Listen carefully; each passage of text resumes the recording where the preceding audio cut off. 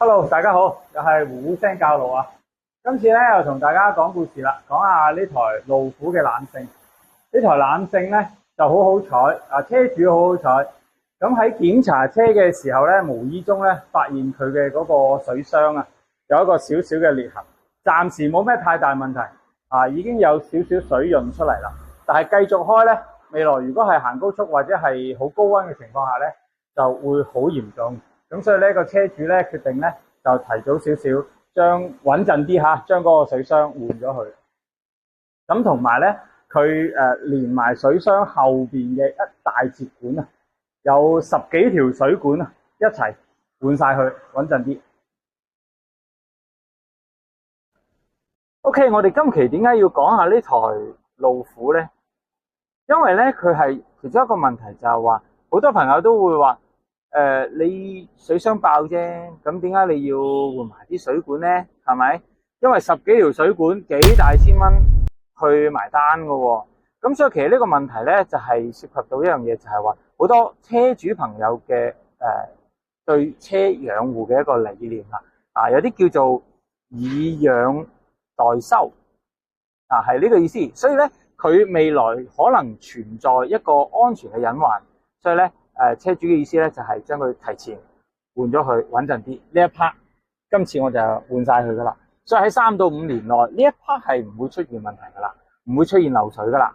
所以係呢個理念。再嚟咧，仲有啲朋友咧就可能喺高速上邊爆個水箱啊，爆個水管啊，咁佢呢啲咧就會特別會注意啦。哦，原來係咁啊！提早換咗佢啦，穩陣啲啦。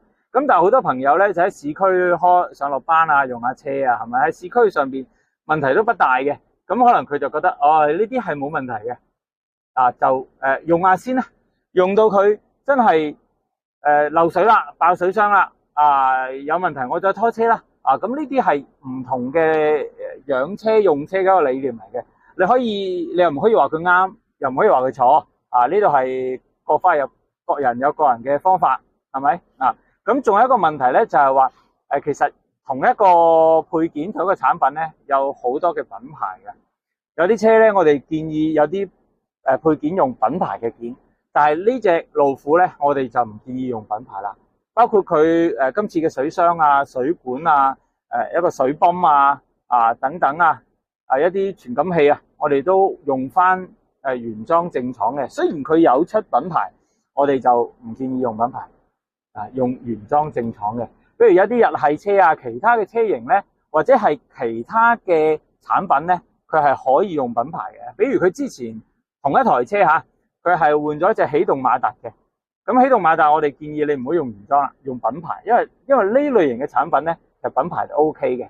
咁所以我哋藉住呢個視頻啦，亦都提醒下大家，即係喺養護用車嘅時候，你嘅理念係乜嘢？點樣去選擇？